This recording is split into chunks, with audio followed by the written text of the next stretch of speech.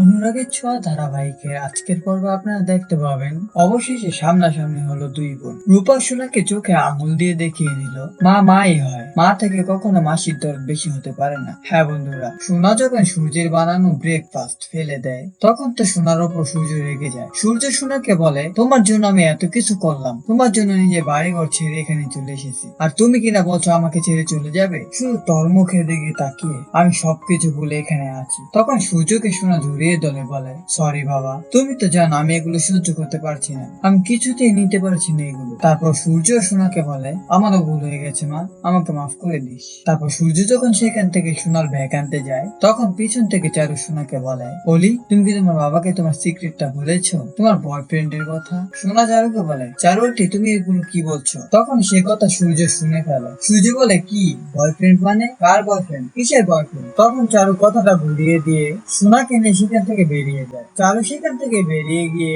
সোজা দীপার রেস্টুরেন্টে চলে যায়। ওইদিকে দীপা তো রেস্টুরেন্টে ভালোভাবে রান্না বান্না করছে, আর বিজয় সোনা সেখানে বসে দীপার রান্না দেখছে। তারপরই দেখা যায় চারুল আর সোনা যখন রেস্টুরেন্টে আসে তখন দীপা সোনার দিকে একধারে চেয়ে বলে, ঠিক আমার মতো গায়ের রং, কে এই মেয়েটা? তখন সোনা ও দীপাকে দেখা। বন্ধুরা, অনুরাগের ছোঁয়া ধারাবাহিকের আজকের পর্বে যদি এমনটাই হয়, আপনাদের কেমন লাগবে কমেন্ট করে জানাতে ভুলবেন না।